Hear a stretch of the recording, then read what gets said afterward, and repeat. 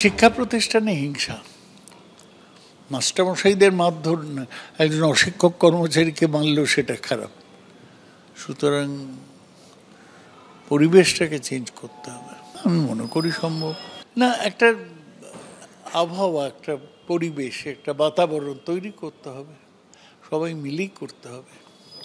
পশ্চিমবাংলার চেয়ে অন্যান্য রাজ্যে তো অনেক খারাপ ছবি এটা প্রকাশ পেয়েছে, এটা না হলেই ভালো হতো। ডিটেল জানতে চাইলাম যে মানে কেন এতদিন উনি বলেননি এবং আগেই কেন, এটা আরও আগে বললে ওরই ভালো হতো আর কি, সেটাই জানতে চাইলাম। আর ওরও অসহায়তার কথা উনি বললেন, বলতে পারেননি ভয়ে, নানা রকম থ্রেট ছিল।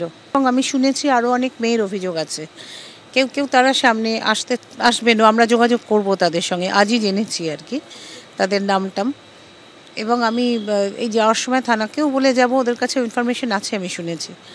অতএব সেই নামগুলোর সঙ্গে আমরা কথা বলে জানবো, কয়েকজনের সঙ্গে কথা বললে তাহলে ব্যাপারটা আমাদের কাছেও আরও পরিষ্কার হবে।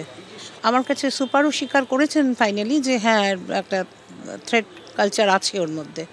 তো যেটা আছে সেটাকে তো কমব্যাট করতে হবে, যাতে সে আর সোসাইটিতে এইভাবে না ঘুরে বেড়াতে পারে, তার তো সর্বোত্তম শাস্তি দিতে হবে। এবং সেটার জন্য আমাদের রিকমেন্ডেশন থাকবে।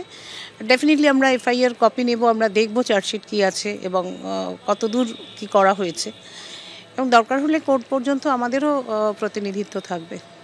যা ঘটনা ঘটেছিল এগুলো ডিটেলসে উনি জিজ্ঞেস করলেন, আমি যতটা যা জানতাম বা আমার সম্বন্ধে কিছু জানানো হয়েছিল কিনা এইসব বিষয়ে আমাকে যা যা জিজ্ঞেস করলেন আমি বললাম কি ঘটেছিল বা আমি কি জানতাম কি না, সব ডিটেলসে যা যা জানতে চেয়েছেন আমি সব ওনাদের বলেছি। ঘটনাটা কি হয়েছিল এবং আমি কিছু কতটা জানি বা কি এইটুকুই জানতে চেয়েছিলাম। এক্ষুনি আপনাদেরকে বলতে পারবো না। এজেন্সির কার্যকলাপের জন্য হাসপাতালে যে একটা বিশৃঙ্খলা সৃষ্টি হয়েছে, এটা নিয়ে হাসপাতালে আমার যারা স্টাফরা আছে তারা খুব আতঙ্কিত। কোনো মহিলা পশ্চিমবঙ্গে সুরক্ষিত নয়। জাহির আব্বাসের মতো সব জায়গায় ঘুরে বেড়াচ্ছে। রাজ্য যেখানে সমস্ত ব্যবস্থা নিচ্ছে, পুলিশ যেখানে সব ব্যবস্থা নিচ্ছে, সেখানে জাতীয় মহিলা কমিশন করছেন কি?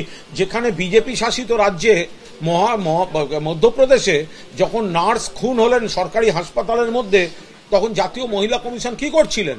তারা তো একটা দলদাস, তারা আসছেন এখানে রাজনীতি করতে। আমরা যখন হসপিটালের রুগী নিয়ে আসি তখন আমাদেরকে নিয়ম দেখায়, আপনারা দাঁড়ান, ওখানে টিকিট কাটুন, এখানে টিকিট কাটুন। হসপিটালে কি এই নিয়ম আছে? কাউকে ধর্ষণ করার নিয়ম আছে হসপিটালে? এজেন্সিকে সতর্ক করেছি, কারণ এরা তো ডাইরেক্টলি এজেন্সির আন্ডারে কাজ করে। একটা অ্যাডমিনিস্ট্রেটিভ মিটিং করেছি, করে আমরা সেটাতে আমাদের যেসব অ্যাসিস্ট্যান্ট সুপাররা আছেন যারা ডাইরেক্ট এদের রস্টার তৈরি করেন বা অ্যাক্টিভিটিটা দেখেন, ওরা যাতে ওদের একটু ভিজিলেন্ট থাকে সেটার ব্যাপারে আমরা কথা বলেছি। যা ঘটনা ঘটেছিল এগুলো ডিটেলসে উনি জিজ্ঞেস করলেন, আমি যতটা যা জানতাম বা আমার সম্বন্ধে কিছু জানানো হয়েছিল কিনা এইসব বিষয়ে আমাকে যা যা জিজ্ঞেস করলেন আমি বললাম কি ঘটেছিল বা আমি কি জানতাম কি না, সব ডিটেলসে যা যা জানতে চেয়েছেন আমি সব ওনাদের বলেছি। ঘটনাটা কি হয়েছিল এবং আমি কিছু কতটা জানি বা কি এইটুকুই জানতে চেয়েছিলাম।